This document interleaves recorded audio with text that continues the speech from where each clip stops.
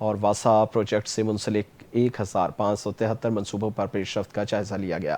وزیر اعلیٰ مریم نواز نے روڈز اور اسٹریٹس کی بیوٹیفیکیشن بھی کرانے کی ہدایت کی۔ فیز 1 کے تحت زیادہ خراب حالت والی گلی محلے اور علاقوں کو پنجاب ڈیولپمنٹ پروگرام میں ترجیح دینے کا فیصلہ۔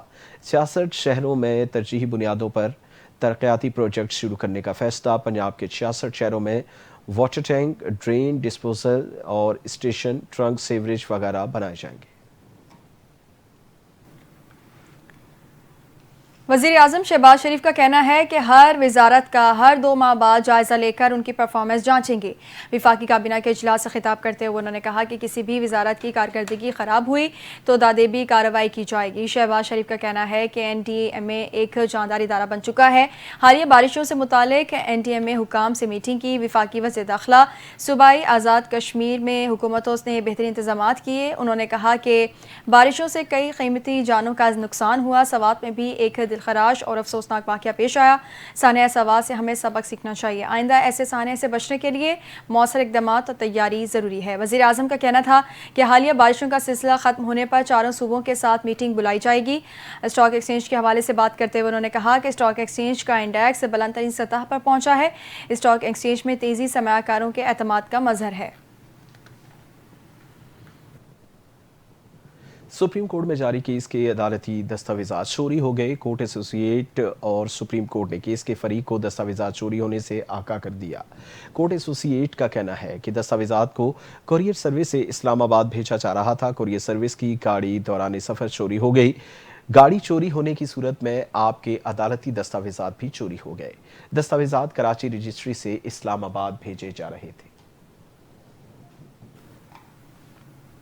سندھ حکومت نے ماحولیاتی شعبے میں شفافیت اور جدیدیت کے فروغ کے لیے محکمہ ماحولیات کے تحت کام کرنے والی سندھ انوائرمنٹل پروٹیکشن ایجنسی کے تمام آپریشنز کو ڈیجیٹلائز کرنے کا بڑا فیصلہ کر لیا ہے، جس کے لیے 150 ملین روپے کا بجٹ مختص کیا گیا ہے۔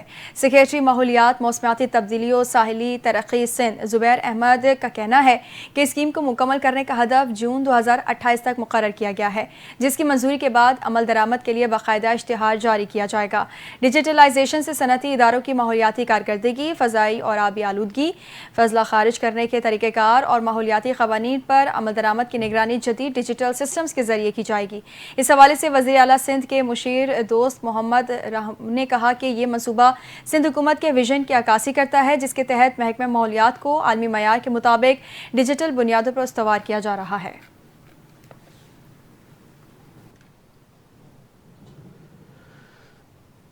وزیر اعلیٰ سندھ مراد علی شاہ نے ایشیا کپ کے لیے 100 ملین اور پاکستان ویل چیئر کونسل کا سالانہ بجٹ 15 ملین روپے گرانٹ دینے کا اعلان کیا۔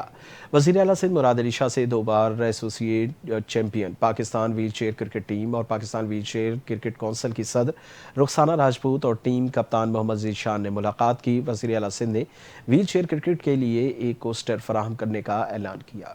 وزیر اعلیٰ سندھ نے وزیر کھیل محمد بخش مہر کو نیاز اسٹیڈیم کی تیاری شروع کرنے کی ہدایت کر دی۔ مراد علی شاہ نے کہا کہ ایشیا کپ شایان شان انداز میں منعقد کریں گے۔ انہوں نے کہا کہ کپتان ذیشان کو اجرک اور سندھی ٹوپی کا تحفہ بھی دیا گیا۔ ملاقات میں وزیر تعلیم سردار شاہ، وزیر داخلہ ضیاء الحسن لنچار، وزیر کھیل محمد بخش مہر، پرنسپل سیکرٹری آغا واصف، سیکرٹری DEPD طلحہ فاروقی بھی شریک ہوئے۔ Wheel chair cricket series Afghanistan کے ساتھ ستمبر میں کراچی میں منعقد کی جائے گی۔ حکومت کی جانب سے چینی مافیا کے خلاف سخت اقدامات کے مثبت نتائج سامنے آنے لگے۔ ہول سیل مارکیٹ میں 100 کلو چینی کی بوری کی قیمت ایک ہی دن میں 400 روپے کم ہو گئی، جس کے بعد جوڑیا بازار میں چینی کی فی کلو قیمت 183 روپے سے کم ہو کر 179 روپے ہو گئی۔ چینی گلی جوڑیا بازار کے صدر کا کہنا ہے کہ شوگر ملوں سے سپلائی بحال ہونے کی وجہ سے قیمت میں کمی دیکھنے میں آئی ہے اور امکان ہے کہ آئندہ دنوں میں چینی کی قیمت مزید نیچے آ جائے گی۔ ہول سیل شوگر ڈیلرز نے واضح کیا ہے کہ کراچی میں چینی کی کوئی قلت نہیں اور صورتحال مکمل طور پر کنٹرول میں ہے۔